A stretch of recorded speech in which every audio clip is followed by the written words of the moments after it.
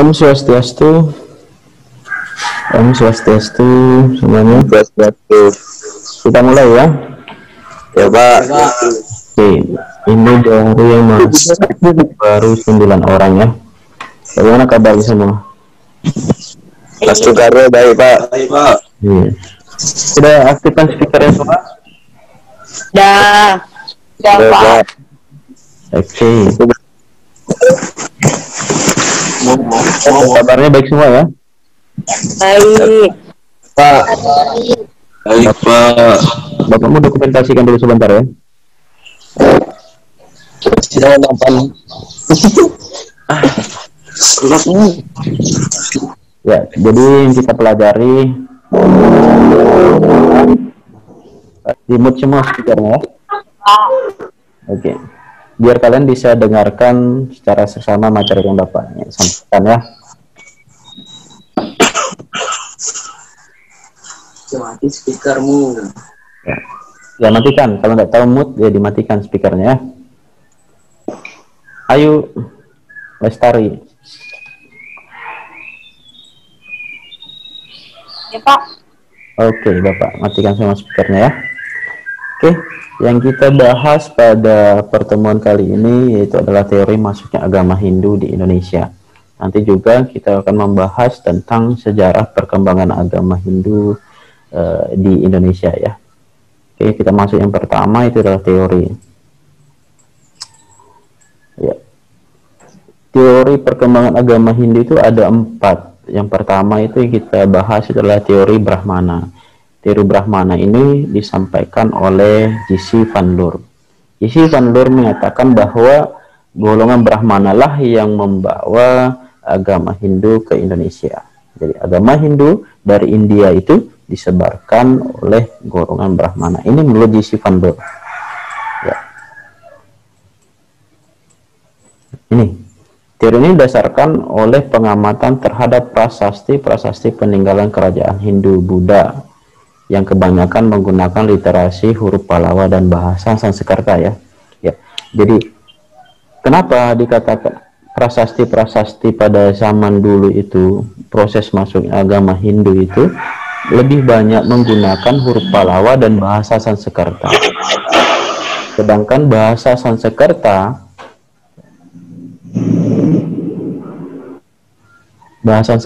dan huruf Pallawa ini hanya dikuasai oleh golongan Brahmana.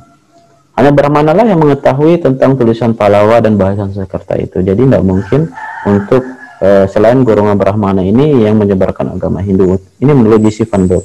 Jadi J.C. Van Leur menyatakan berdasarkan teori-teori, berdasarkan prasasti peninggalan kerajaan Hindu di Indonesia yang menggunakan tulisan Pallawa dan bahasa Sanskerta, menyatakan bahwa berarti agama Hindu berkembang di Indonesia itu disebarkan oleh golongan Brahmana. Ini teori Brahmana. Nah ini, di India literasi tersebut hanya dikuasai oleh golongan Brahmana. Literasi yang mana yang maksudnya itu adalah huruf Pallawa dan bahasa Sanskerta. Di sini hilang sedikit bahasanya ya, bahasa Sanskerta. Jadi literasi yang dimaksud itu adalah huruf Pallawa dan bahasa Sanskerta. Dan di India literasi Pallawa dan Sanskerta itu hanya dikuasai oleh golongan Brahmana. Jadi ini menarik kesimpulan J.C. Van Leur menyatakan bahwa agama Hindu berkembang di Indonesia disebarkan oleh golongan Brahmana. Ini kelebihannya. Teori itu ada kekurangan dan kelebihan ya. Ya, kalau teori Brahmana ini memiliki kelemahan dan kelebihan. Kelebihannya Brahmana yang memahami agama. Jadi di India itu pada zaman dulu yang memahami agama itu hanya golongan Brahmana. Kemudian prasasti yang pertama di Indonesia itu menggunakan bahasa Sanskerta, dan seperti Bapak katakan tadi, bahasa Sanskerta itu hanya dipahami oleh golongan-golongan Brahmana saja. Kemudian kelemahannya, menurut ajaran Hindu kuno, seorang Brahmana dilarang menyeberangi lautan apalagi meninggalkan tanah airnya. Ini kelemahannya. Kalau memang seperti ini teorinya, Brahmana pada zaman dahulu itu tidak diperkenankan untuk meninggalkan India pada zaman itu. Nah, ini kelemahan dari teori Brahmana oleh J.C. Van Leur. Oke, lanjut. kita ke yang kedua, itu adalah teori ksatria. Ya, Edi Kabos dan Sisi Bab ini menyatakan bahwa agama Hindu dari India dibawa oleh golongan-golongan ksatria. Ya, golongan ksatria, prajurit-prajurit India yang datang ke Indonesia, mengekspansi Indonesia pada saat itu. Terjadi peperangan di India, kemudian mereka melarikan diri ke Indonesia. Teori ini menyatakan bahwa agama Hindu dibawa oleh prajurit India yang ingin menaklukkan Indonesia lalu menyebarkan agama Hindu. Nih, abad keempat dan keenam di India itu terjadi peperangan sehingga mereka melarikan diri ke Indonesia. Ini teori ksatria menurut Sesi Bab. Ya, seperti teori Brahmana tadi, teori ksatria juga memiliki kelemahan ya dan kelebihan. Menurut Sesi Bab menyatakan bahwa ksatria ini ada yang terlibat konflik dan masalah perebutan ya. Jadi memang pada abad keempat dan kelima sampai keenam di India itu terjadi konflik ya perang di situ. Kemudian hal ini mendorong pendapat Sesi Bab menyatakan bahwa ksatria India yang kalah pertempuran di India itu melarikan diri ke Indonesia. Kemudian menurut Mukherjee mengungkapkan bahwa pada membangun koloni-koloni akhirnya berkembang menjadi kerajaan. Ya, di ini kerajaan di Indonesia maksudnya ya. Jadi mereka mengekspansi Indonesia pada saat itu menurut Mukherjee. Kelemahannya, para ksatria tidak menguasai bahasa Sanskerta dan huruf Pallawa. Ya. Jadi yang menguasai agama pada saat itu adalah golongan Brahmana saja. Jadi hanya golongan Brahmana yang menguasai bahasa Sanskerta dan huruf Pallawa. Jadi agama pada saat itu, ajaran agama pada saat itu menggunakan bahasa Sanskerta dan huruf Pallawa. Sehingga kemungkinan untuk seorang ksatria untuk memahami ini sangat kecil. Nah, ini kelemahannya teori ksatria. Selanjutnya kita masuk ke teori Vaishya. Ya, teori Vaishya ini menyatakan bahwa agama Hindu masuk ke Indonesia dibawa oleh para pedagang. Ya, ini menurut N.G. Krom. N.G. Krom menyatakan bahwa proses masuknya agama Hindu ke Indonesia dibawa oleh kaum pedagang dari India. Oke. N.G. Krom menyatakan bahwa jika proses masuk ke budaya Hindu melalui hubungan dagang antara Indonesia dan Nusantara. Nusantara di sini dimaksud adalah Indonesia. Oke, ini kelemahan dan kelebihannya. Kelebihannya memang pada saat itu Indonesia memiliki sumber daya alam yang sangat melimpah sehingga memungkinkan untuk pedagang-pedagang dari India untuk melakukan transaksi di Indonesia. Kemudian kelemahannya, yang pertama motif mereka hanya sekedar berdagang. Jadi seorang Vaishya, pedagang dari India itu motifnya hanya berdagang saja, tidak ada keinginan untuk menyebarkan agama Hindu. Ya, kemudian mereka hanya menetap di daerah pantai, sementara kerajaan-kerajaan Hindu di Indonesia itu lebih banyak terletak di daerah pedalaman seperti Pulau Jawa, Sumatera, dan Kalimantan. Ini yang melemahkan teori ini.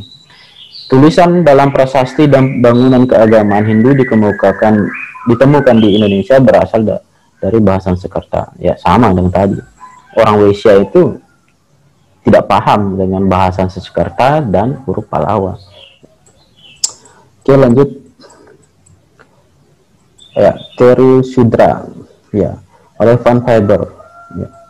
Menyatakan bahwa Sudra itulah yang membawa agama Hindu ke Indonesia. Para budak yang melarikan diri dari India itulah yang membawa agama Hindu ke Indonesia. Ya. Nih, teori Sudra ini, budak itu datang ke Indonesia, melarikan diri ke Indonesia, kemudian menetap di Indonesia, kemudian menyebarkan agama Hindu di Indonesia. Ini menurut teori Sudra. Nah, ini kita lihat kelemahan dan kelebihannya. Ya. Memang Ini kelebihannya, bahwa teorinya mendukung bahwa orang Sudra ini ingin memperbaiki hidupnya, maka mereka pergi ke tempat yang jauh seperti Indonesia. Kelemahannya Sudra tidak memiliki ilmu pengetahuan dan pendidikan, apalagi tentang ilmu agama.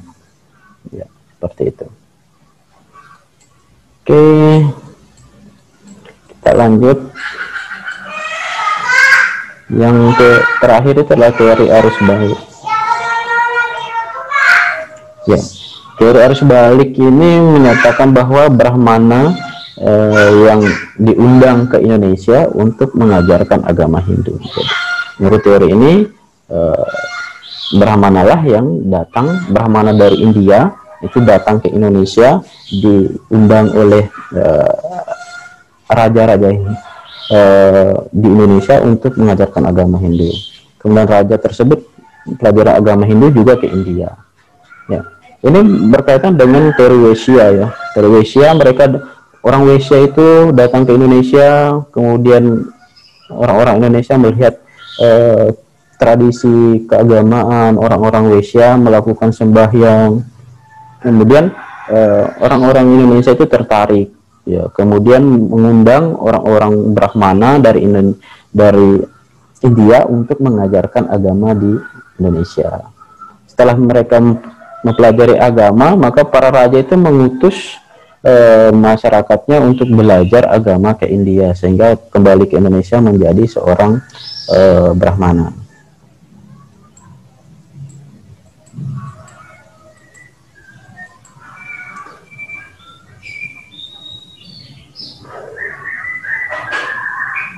Oke, sampai di situ ada yang ditanyakan?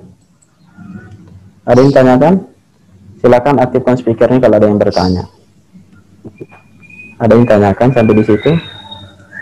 Ada yang ditanyakan? Aktifkan speakernya kalau memang ada yang ditanyakan. Tidak ada? Tidak ada ya? Tidak ada ya? Heru, angkat tangannya kalau ada yang bertanya ya, biar Bapak aktifkan speakernya. Oke, itu tuh harus. Kenapa? Ada yang bertanya? Tidak ada ya? Tidak, Pak. Oke, kita lanjut ya. Kemudian kita lanjut ke perkembangan agama Hindu di Indonesia.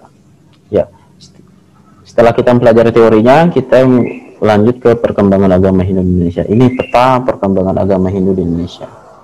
Ada Kutai, kemudian Tarumanegara, ya, kemudian di Jawa Tengah, Jawa Timur, Bali, ya ini. Kemudian, kalau yang berbentuk segitiga itu kerajaan bercorak Hindu, ya kan, Indis Kutai, Tarumanegara. Kemudian yang berupa lingkaran ini kerajaan bercorak Buddha, ya, di sini di Jawa Tengah ya. Kemudian kerajaan bercorak Hindu Buddha, ya. Jadi kerajaan itu memiliki dua agama yang diakui. Ya, ini seperti kerajaan Majapahit ya kan, Kediri, Mataram, Singasari ya. Itu merupakan kerajaan yang memiliki dua corak agama, yaitu Hindu dan Buddha. Kemudian ini Sriwijaya. Oke, kita lanjut. Yang pertama itu adalah kerajaan Kutai di Kalimantan Timur di sini ya. Ini kerajaan Kutai. Kerajaan Kutai ini kerajaan yang bercorak Hindu. Ya. Ini Kutai di Kalimantan Timur. Ya, agama Hindu berkembang di Kutai ini diperkirakan mulai di abad keempat. Ya. Muncullah sebuah kerajaan di Kutai Kalimantan Timur, Kutai Kartanegara kalau sekarang, yang cikal bakal ibu kota Indonesia. Ya. Dengan raja yang pertamanya itu adalah Raja Kudungga. Ya, Raja Kudungga, raja pertamanya. Kemudian Kudungga ini memiliki anak yang namanya adalah Aswawarman. Kemudian Aswawarman ini menggantikan Kudungga menjadi raja. Kemudian Aswawarman ini digantikan oleh anaknya yang bernama Mulawarman. Pada masa Mulawarman inilah agama Hindu sangat berkembang di Kutai Kalimantan Timur. Oke, kita lanjut. Ya, ini kalau kita membahas tentang Kutai Kalimantan Timur, kita pasti akan membahas 7 buah yupa yang ada di kerajaan Kutai itu. Yupa itu sebuah batu untuk meletakkan korban persembahan kepada Tuhan. Kemudian Waprakeswara. Waprakeswara itu sebuah lapangan tempat melakukan yatnya pada zaman itu. Jadi kalau kita melihat kata Waprakeswara, berarti kerajaan Kutai ini menganut sekte Siwaisme. Jadi kerajaan Kutai ini menyembah dewa Siwa. Oke, kita lanjut. Kemudian Barat ya, Jawa Barat berarti di sini kerajaan Tarumanegara dan kerajaan Pajajaran. Jadi setelah di sini agama Hindu dari Kutai kemudian berkembang ke Jawa Barat, Tarumanegara dan Pajajaran. Di Jawa Barat, perkembangan agama Hindu diperkirakan mulai abad ke-5. Kerajaannya itu tadi Pajajaran, ada juga kerajaan Tarumanegara. Kerajaan Tarumanegara ini dipimpin oleh seorang raja bernama Purnawarman. Ya, sektenya itu adalah Wisnu, Waisnawa, ya kan. Kalau di Kutai tadi kan Siwaisme ya, menyembah dewa Siwa. Jadi Purnawarman ini yang memimpin kerajaan Tarumanegara itu sektenya adalah Wisnu atau Waisnawa. Kenapa? Karena dari yang ini kerajaan Pajajaran. Kemudian kenapa dikatakan menyembah Wisnu? Karena kita lihat pada di Jawa Barat prasasti peninggalannya. Ya. Nah, ada 7 buah prasasti di situ di Jawa Barat. Salah satunya adalah prasasti Cirauteun. Prasasti Cirauteun ini seperti ini gambarnya. Ini menggambarkan bahwa kaki Purnawarman itu disamakan dengan Wisnu. Jadi di sini bisa diketahui bahwa kerajaan Tarumanegara itu menganut sekte Waisnawa atau Wisnu. Nih, ada 7 buah prasasti: Kebun Kopi, Jambu, Pasir Awin, Muara Cianten, Tugu, dan Lebak. Oke, kita bahas satu persatu. Selanjutnya, kerajaan agama Hindu di Jawa Tengah. Berada di sini ya, di Jawa Tengah. Ada Mataram Lama. Ya. Di Jawa Tengah terdapat prasasti. Yang pertama itu adalah prasasti Tukmas. Ya. Prasasti Tukmas ini menggambarkan tentang Trimurti ya. Di prasasti Tukmas ini terdapat sebuah gambaran-gambaran bahwa kerajaan-kerajaan Jawa Tengah itu menyembah Trimurti, Brahma, Wisnu, Siwa. Kita lanjut di Jawa Tengah ya, kerajaan ada namanya kerajaan Kalingga, kemudian Medang Kemulan atau Mataram Lama. Ya, beda ya. Mataram itu ada di Jawa Timur juga, ada di Jawa Tengah juga. Oke, kita lanjut. Nah, ini candi-candi yang bercorak Hindu yang ada di Jawa Tengah. Candi yang terkenal itu Prambanan ya. Prambanan itu ya, ada yang menyatakan bahwa itu adalah Siwaisme, ada juga menyatakan bahwa itu adalah simbol Trimurti, ya kan. Ini didirikan pada abad ke-7 Masehi ya, pada peninggalan kerajaan Mataram Lama. Candi Arjuna, Sri Kandi, Canggal, Gedong Sanga, ini semuanya peninggalan kerajaan Mataram Lama. Selanjutnya perkembangan agama Hindu di Jawa Timur ya, paling timur ya. Berarti ada Kediri, Singasari, dan Majapahit ya, kerajaan Mataram. Ini kerajaan-kerajaan Hindu di Jawa Timur. Ya, di Jawa Timur ini perkembangan agama Hindu sangat cukup lama ya. Yang pertama kerajaan Mataram atau kerajaan Medang ya. Ini dipindahkan oleh Empu Sendok ke Jawa Timur ya. Kerajaan Mataram yang tadi yang ada di Jawa Tengah ya, dipindahkan oleh Empu Sendok ke Jawa Timur tahun 929 Masehi. Kemudian ada kerajaan Kahuripan yang didirikan oleh Airlangga, pecahan itu ya. Kemudian kerajaan Jenggala dan Kediri ya. Ini hasil pemisahan kerajaan Kahuripan. Kemudian kerajaan Singasari, ya ini didirikan oleh Ken Arok. Ini banyak ceritanya, kalian tahu ya, Ken Arok dan Ken Dedes ini.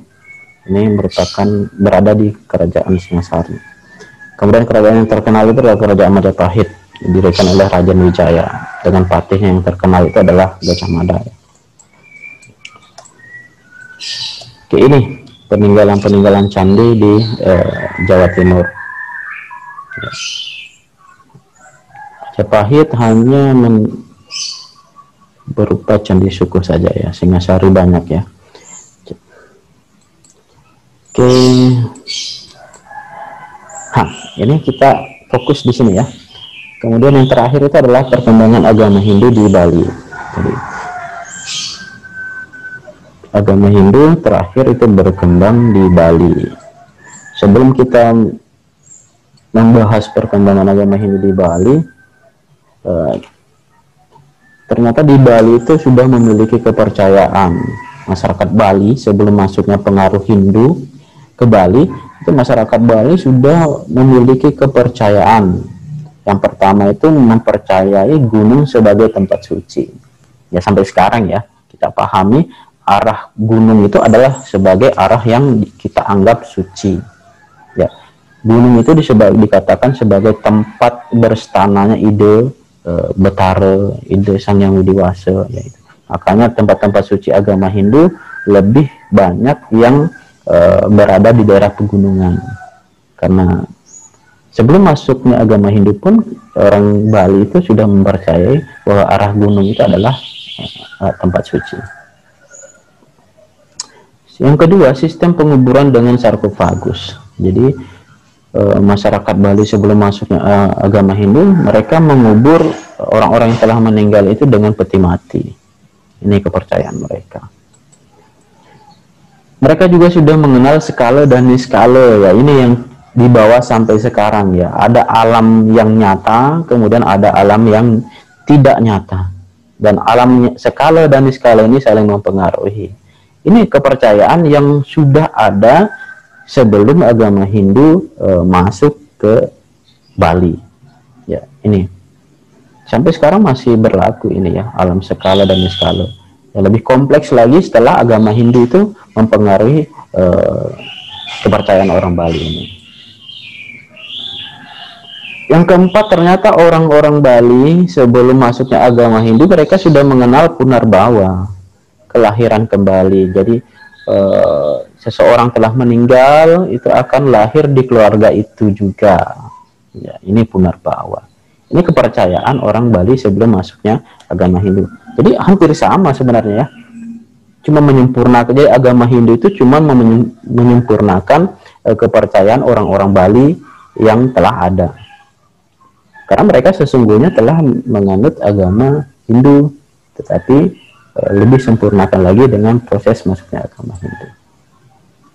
Kemudian yang kelima, mereka juga mengenal roh nenek moyang, Pitara, ya kan. Ini juga sudah sinkron dengan agama Hindu ya. Jadi intinya kepercayaan orang Bali sebelum masuknya pengaruh Hindu di Bali itu sebenarnya sudah sinkron dengan agama Hindu, sehingga agama Hindu itu sangat mudah berkembang di Bali. Oke, bisa dipahami ya. Oke, kita lanjut. Ya, resi penyebar agama Hindu di Bali. Yang pertama itu adalah Resi Markandeya yang terkenal, kemudian Empu Sangkul Putih, kemudian Empu Kuturan, dan yang keempat Dangyang Dijendra atau Dangyang Nirarte. Ya, ada 4 resi yang akan kita bahas. Sebenarnya masih banyak ya ada Resi Agastya ya, yang kita bahasnya hanya 4 saja dulu, yang berkaitan dengan perkembangan tradisi beragama di Bali. Kita bahas ajaran Resi Markandeya. Ya, ini pemujaan kepada Tuhan dengan sarana bebali. Bebali itu artinya memuja Tuhan dengan patram puspam palam toyam, gitu ya, yang ada dalam Bhagavad Gita Adhyaya berapa? 11 sloka 26. Patam puspam palam tuing. Jadi itu Resi Markandeya mengajarkan masyarakat Bali untuk menyembah Tuhan dengan sarana upakara. Ya, sarana upakara itu yang disebut dengan bebali. Dan orang yang menyembah Tuhan dengan sarana bebali maka disebut orang Bali. Ya, paham ya? Orang Bali itu adalah orang yang menyembah Tuhan dengan sarana bebali. Ya, jadi dari situlah muncul kata Bali, ya kan? Ya, dari bebali ini. Jadi seperti itu. Ini adalah Resi Markandeya yang pertama. Yang kedua, membangun pura besakih, andakase, lempuyang, watukarus, sokawan, dan lain-lain. Ya, diceritakan Markandeya, Resi Markandeya itu datang dari Jawa Timur, kemudian merambah hutan di Besakih, ya kan?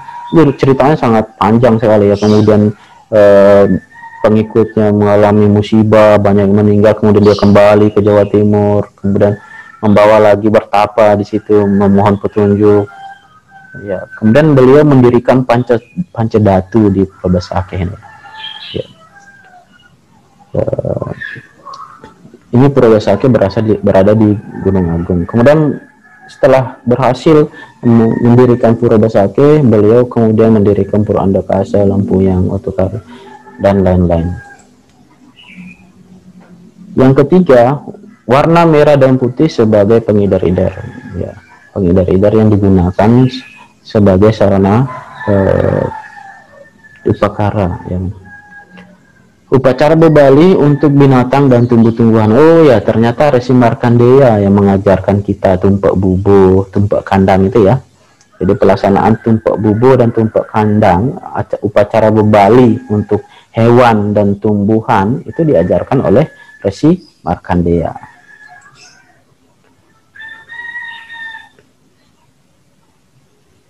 Oke, ini salah ya, ada salah sedikit.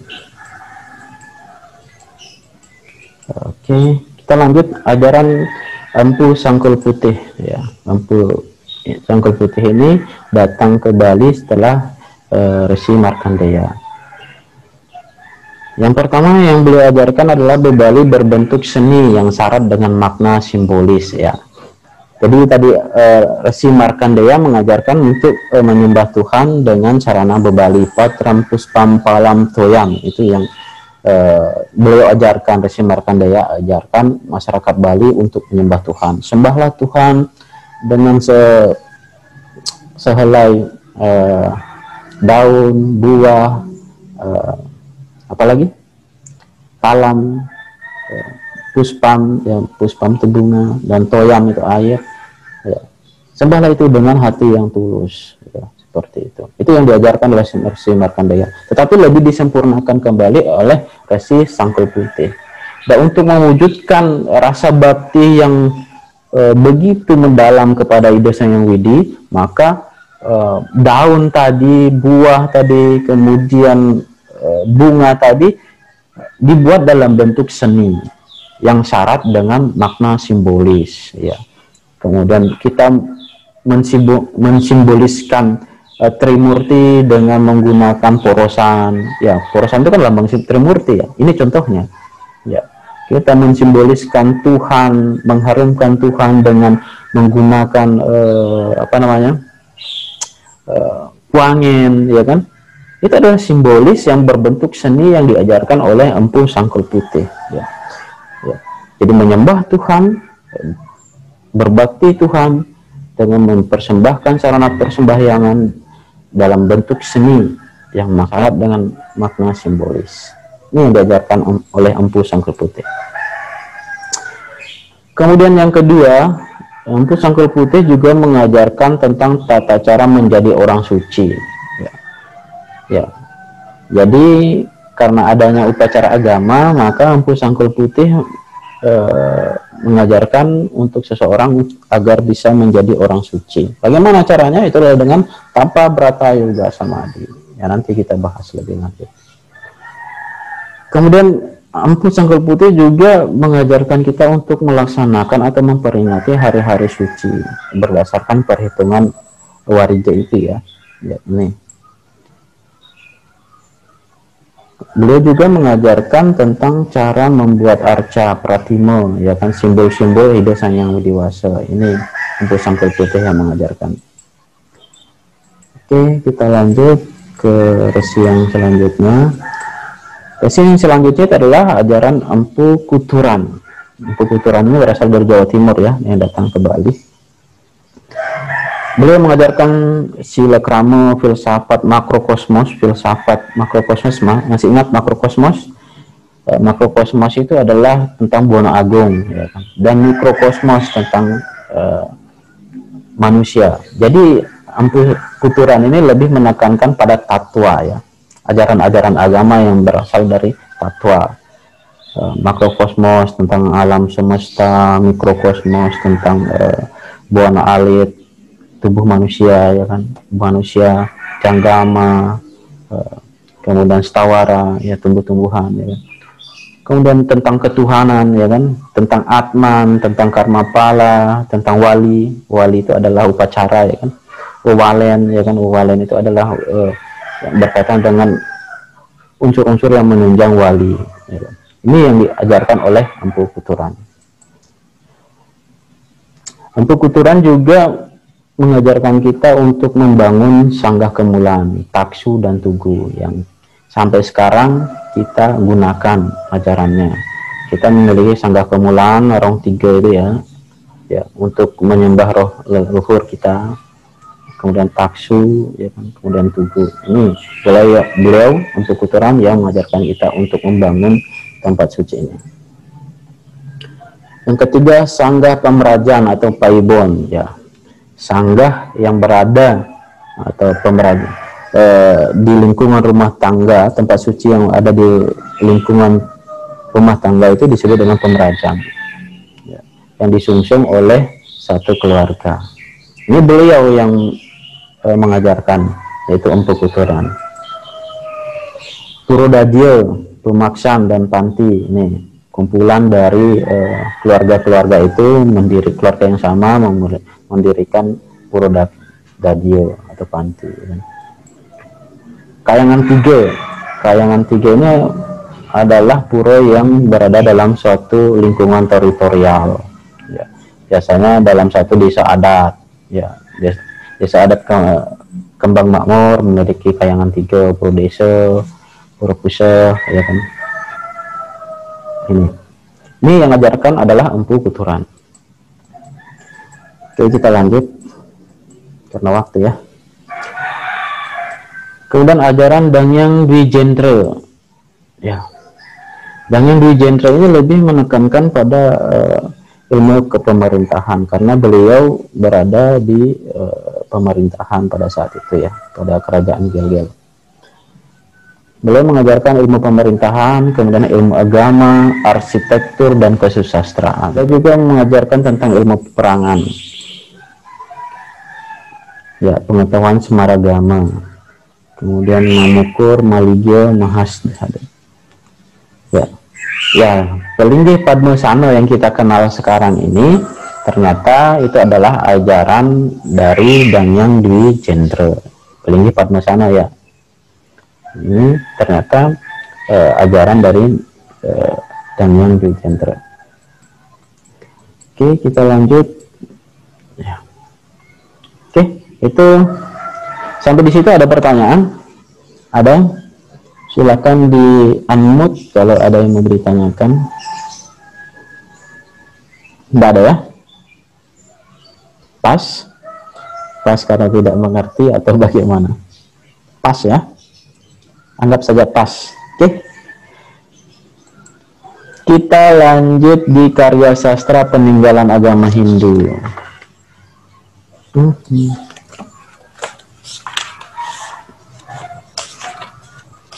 Atau minggu depan kita jelaskan ini ya.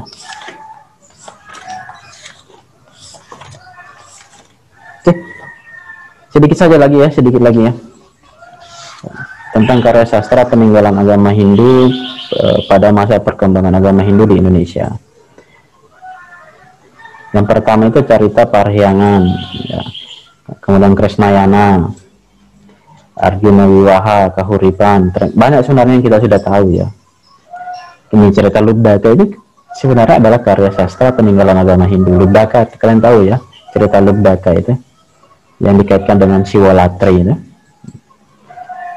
Kemudian Baratayuda ini lebih diambil dari kitab Mahabharata ya. Negara Kertagama ini nanti kita bahas. Sutasoma, para raton, calon arang ini kalian paling sering dengar ya, cerita calon arang ini. Ternyata calon arang ini adalah sebuah karya sastra peninggalan agama Hindu. Jadi kita bahas satu persatu. Ya, cerita Parahyangan ini seperti ini bentuk bukunya ya. Cerita Parahyangan Sarga 1. Ya. Ini ceritanya tentang sejarah Pasundan, Jawa Barat ya. Awal kerajaan Galuh dan runtuhnya kerajaan Pajajaran. Ini berarti peninggalan kerajaan yang ada di Jawa Barat, yaitu kerajaan Tarumanagara pada abad ke-5 ya. Kemudian selanjutnya ke kaum Krisnayana. Oke. Disusun oleh seorang empu, yaitu Empu Triguna ya. Peninggalan kerajaan Tarumanagara di Jawa Barat pada abad ke-5 Masehi ya. Ini isinya adalah pernikahan Prabu Kresna dan Rukmini ya. Makanya namanya ke kaum Krisnayana. Jadi Prabu Kresna ini pernikahannya itu diabadikan dalam sebuah karya sastra oleh Empu Triguna. Selanjutnya Arjuna Wiwaha, ini yang sering kita dengar juga ya. Arjuna Wiwaha ini ditulis oleh seorang empu, yaitu adalah Empu Kanwa di Jawa Timur kepada kerajaan Medang Kemulan abad ke-10 Masehi ya. Abad ke-10 di Medang Kemulan, kerajaan Medang Kemulan di Jawa Timur ya, pada masa pemerintahan Raja Erlangga. Ini menceritakan tentang pertapaan Arjuna di Gunung Mahameru. Jadi Arjuna Wiwaha ini lebih banyak diambil dari kitab Mahabharata yang memfokuskan bagaimana Arjuna bertapa di Gunung Mahameru untuk mendapatkan Pasupati Sastra yang digoda oleh bidadari. Ini diceritakan di sini di Arjuna Wiwaha Kahuripan. Ya. Kemudian Lubdaka. Lubdaka yang kita kenal, yang kita kaitkan dengan Siwalatri ya kan, bagaimana Lubdaka menyembah tidak sengaja melakukan tata berata pada saat malam Siwalatri itu. Ini disusun atau ditulis oleh Empu Tanakung pada kerajaan Kediri pada abad ke-11 Masehi. Dikisahkan tentang pemburu si Lubdaka. Kalian masih ingat ya, bagaimana Lubdaka itu berburu, membunuh ya kan, binatang, kemudian dia tersesat di hutan, kemudian dia memanjat pohon, itu ceritanya ada. Ini ternyata ini adalah karya sastra karya Empu Tanakung. Ya, Baratayuda ya, ini Baratayuda ini lebih merupakan ringkasan dari kitab Mahabharata yang ditulis oleh Empu Sedah dan Empu Penaluh pada kerajaan Kediri pada abad ke-12 Masehi. Ya, ini dikatakan Baratayuda ini merupakan gubahan dari kitab Mahabharata dalam Jawa kuno, dalam bahasa Jawa kuno. Jadi kitab Mahabharata itu disalin dalam bahasa Jawa kuno oleh Empu Sedah dan Empu Panuluh menjadi kitab Baratayuda. Itu maksudnya. Negara Kertagama. Ya, ini seperti ini kitabnya ya, Negara Kertagama ditulis oleh Empu Prapanca pada masa kerajaan Majapahit. Ini yang terkenal ya, Negara Kertagama abad ke-14 Masehi. Negara Kertagama ini berisikan tentang uraian sejarah kerajaan Singasari dan Majapahit. Dari Singasari sampai kerajaan Majapahit ini diceritakan dalam Negara Kertagama. Oke, kita lanjut. Nah, ini yang terkenal juga ya, Kekayun Sutasoma oleh Empu Tantular ya, pada masa kerajaan Majapahit, yang menceritakan seorang anak yang bernama Sutasoma dan simbol negara kita Bhinneka Tunggal Ika itu ternyata diambil dari kekawin Sutasoma, berbeda-beda tapi tetap satu jua. Itu ternyata diambil dari kitab Sutasoma karangan Empu Tantular. Kemudian selanjutnya adalah kitab Pararaton, ya, mengisahkan tentang raja-raja di Jawa Timur.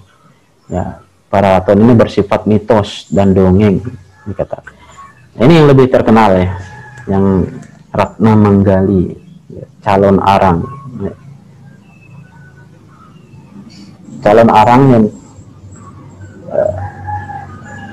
ini menceritakan bagaimana Halunateng dia dikalahkan oleh Empu Barada. Jadi ilmu hitam dikalahkan oleh Empu Barada.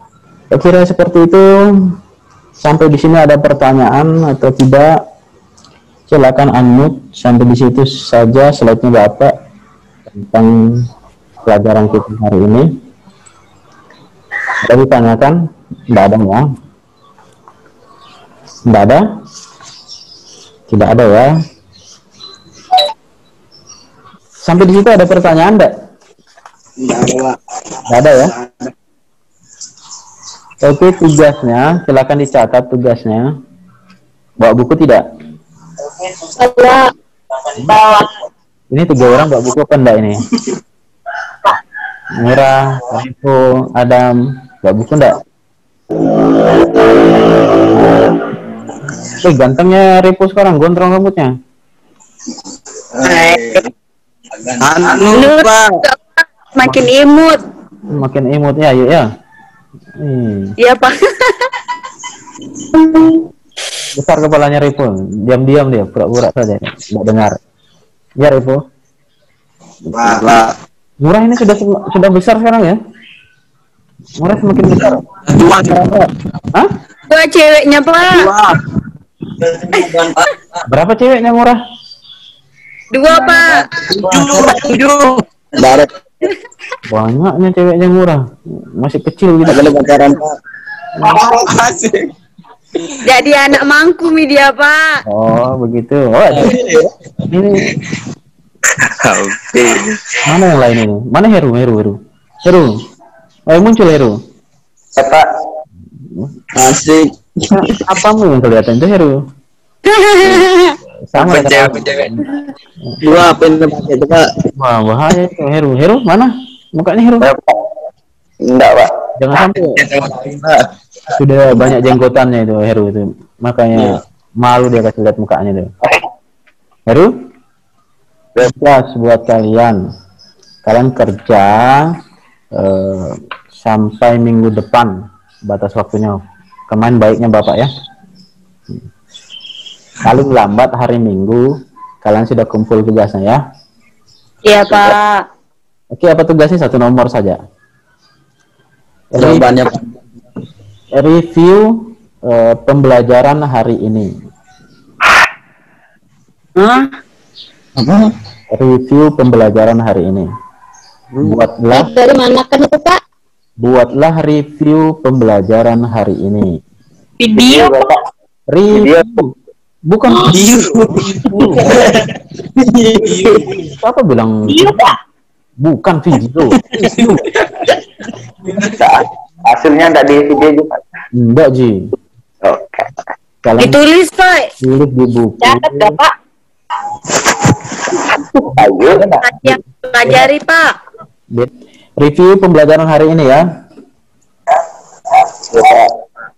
Jadi bagaimana caranya kalian mereviewnya? Diringkas. Ya, ditulis apa yang ajarkan sama kalian hari ini ya. Ya, Pak. Nanti video pembelajaran ini Bapak upload di YouTube. Silakan kalian review di situ. Oke? Ya, Pak. Siap? Iya, Pak. Kan sekolah, Pak. Jangan tanya kapan sekolah. Bapak bukan gubernur. Rindu, Pak, rindu, Pak. Bagaimana mau rindu begini saja susahnya mau belajar. Rumah. Disuruh Bosan di rumah. Enak belajar langsung di rumah, di sekolah, Pak. alasan mau saja ketemu sama pacarnya. Bukan mau belajar itu. Kenapa? Cobanya di sini ada Lady, kan semangat orang sekolah. Iya. Coba, Apa itu? coba di sini ada Ari, kan semangat juga tuh orang. Asik. Kok ada yang senyum-senyum? Kenapa itu? Enggak, Pak. Hah? Oke, cukup sekian. Ada pertanyaan tidak? Sebelum Bapak. Cepatnya bilang tidak, siapa itu? Ada. Ada, mau ke Mang Makmur. Nunggu micetnya Lady tuh ada Pak. Prosesnya silakan dikerjakan. Mungkin malam Bapak baru upload videonya ya. Oke, terima kasih. Akhiri dalam nama Santi. Om Santi, Santi, Santi, Om. Oh,